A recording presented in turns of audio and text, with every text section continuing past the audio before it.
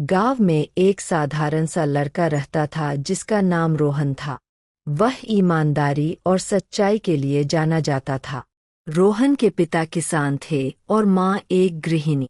परिवार की आर्थिक स्थिति कमजोर थी, लेकिन रोहन ने कभी किसी गलत रास्ते को अपनाने का विचार नहीं किया। एक दिन गांव के सरपंच ने घोषणा की कि वे गांव के सबसे ईमानदार व्यक्ति को इनाम देंगे।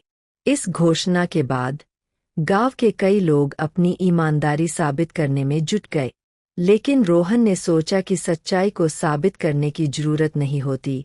वह अपने काम में लगा रहा।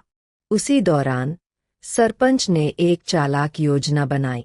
उन्होंने सोने से भरा एक पोटली गांव के रास्ते पर गिरा दी और छिपकर देखने लगे कि कौन इसे उठाता है और वापस करता है।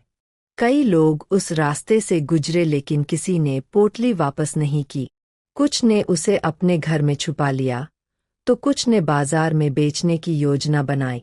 अगले दिन रोहन उसी रास्ते से गुजरा। उसने पोटली को देखा और समझा कि यह किसी की हो सकती है। उसने पोटली उठाई और सरपंच के घर जाकर लौटाने का निश्चय किया। जब रोहन ने पोटली सरपंच को दी, तो सरपंच बहुत खुश हुए।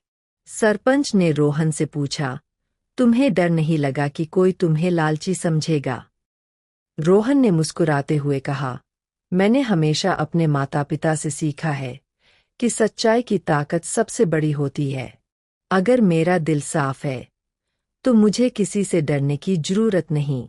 सरपंच ने सब गांव वालों को बुलाया और रोहन की ईमानदारी की कहानी सुनाई। उन्होंने रोहन को गांव के सबसे ईमानदार व्यक्ति का पुरस्कार दिया। यह कहानी पूरे गांव में फैल गई। लोग रोहन की तारीफ करने लगे और उससे प्रेरणा लेने लगे। रोहन का जीवन भले ही साधारण था, लेकिन उसकी ईमानदारी ने उसे गांव का हीरो बना दिया।